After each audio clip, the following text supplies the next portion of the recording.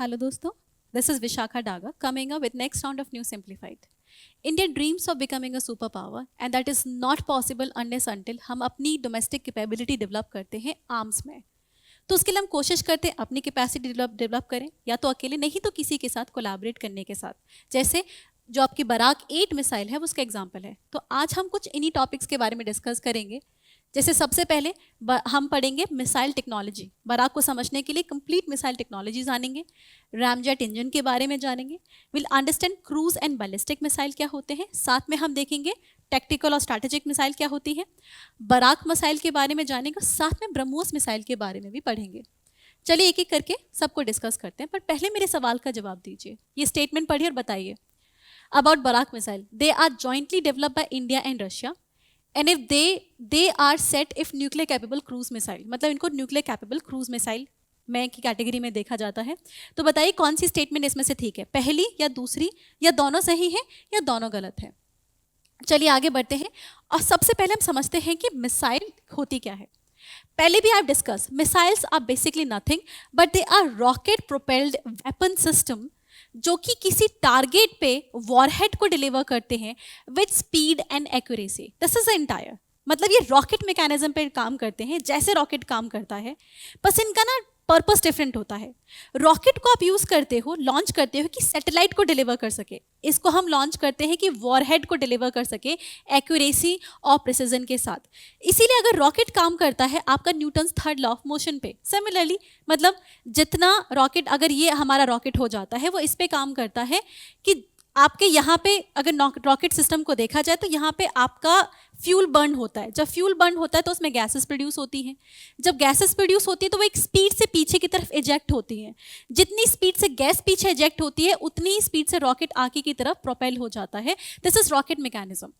अगर रॉकेट को देखा जाए तो वो इस तरीके का उसका स्ट्रक्चर होता है. 3 इंपॉर्टेंट उसके वो होते हैं, जैसे एक प्रपल्शन सिस्टम आपका हो गया, कंट्रोल एंड गाइडेंस सिस्टम होता है आपका, और फिर आपका पेलोड आता है इसमें. अगर इसमें प्रपल्शन सिस्टम देखा जाए तो प्रपल्शन मीन्स जो उसको थ्रस्ट कर रहा है, जो कि भेज रहा है, जो कि इसका फ्यूल होता है. तो जो रॉकेट में जो फ्यूल होते हैं वो 2-3 तरीके के होते हैं. जैसे आपका सॉलिड हो सकता है, लिक्विड हो सकता है, गैस हो सकता है. मिसाइल में हम 2 ही यूज कर सकते हैं, करते हैं एक्चुअली, सॉलिड और दूसरा हो गया आपका लिक्विड. अब सॉलिड में क्या होता है, सॉलिड का फायदा ये होता है कि उसको स्टोर करना आसान होता है, आसानी से आपका फायर कैच नहीं करता.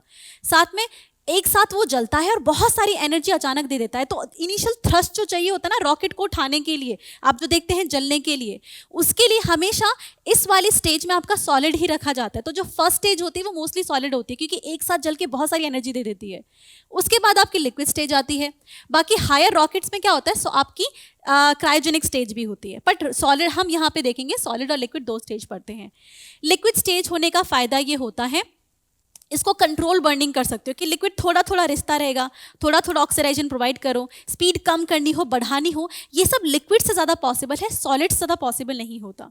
राइट, इसीलिए हम लिक्विड यूज़ करते हैं. काफ़ी मूवीज़ में देखा ना, ग्रेविटी में द पर्सन ऐसे करके वो मतलब जब स्पेस में होते हैं तो दे बर्न समथिंग और अपनी डायरेक्शन को उधर उधर कर पाते हैं, वो लिक्विड के थ्रू पॉसिबल होता है.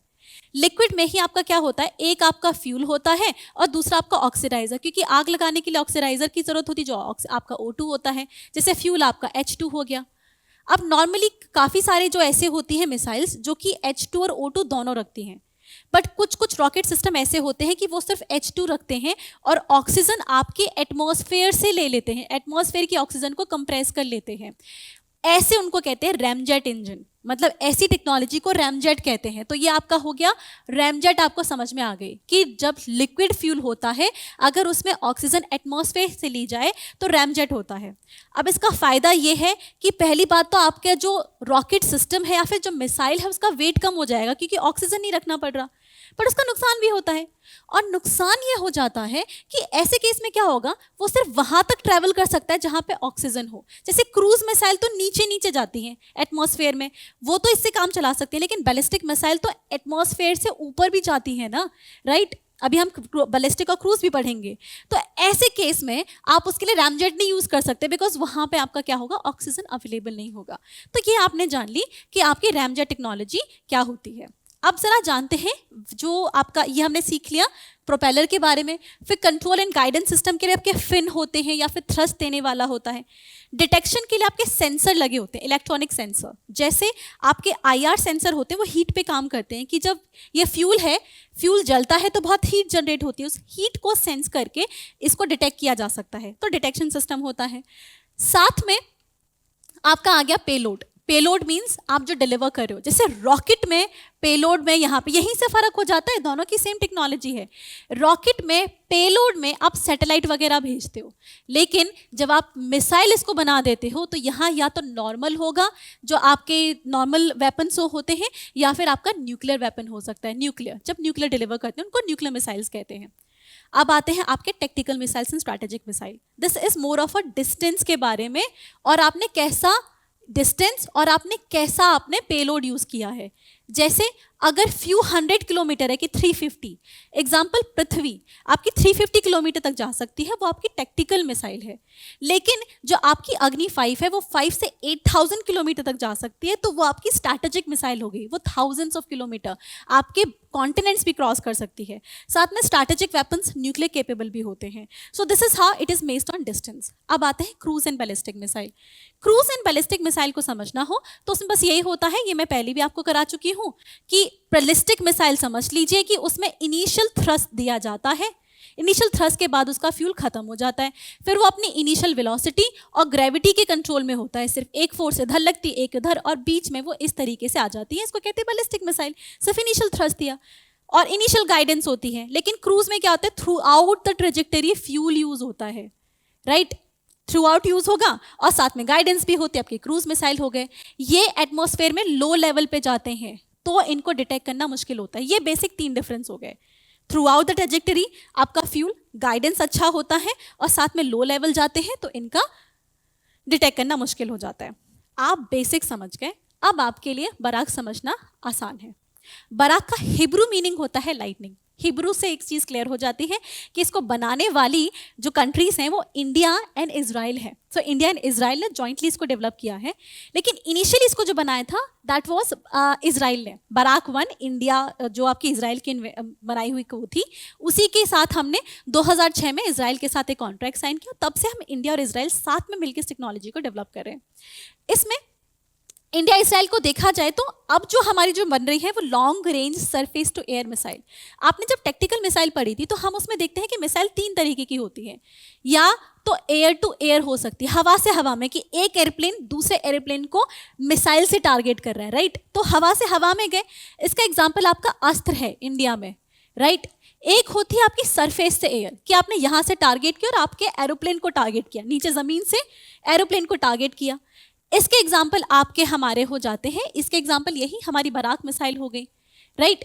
और फिर होती हमारी सरफेस टू सरफेस, जैसे बैलिस्टिक मिसाइल की यहाँ से इधर आके दूसरे सरफेस को टारगेट किया, राइट, जैसे इसमें आके हमारी अग्नि मिसाइल्स, ठीक है। तो ये हमारी कौन सी है, हमारी सरफेस टू एयर मिसाइल है, लॉन्ग रेंज है, इसकी रेंज काफ़ी मतलब लंबी होती है। इसमें क्या होता है, और ध्यान रखिए कि न्यूक्लियर कैपेबल है और बैलिस्टिक मिसाइल है, दोनों पता है, न्यूक्लियर कैपेबल बैलिस्टिक मिसाइल। इसके वेरिएंट आपके लैंड और मरीन दोनों के होते हैं।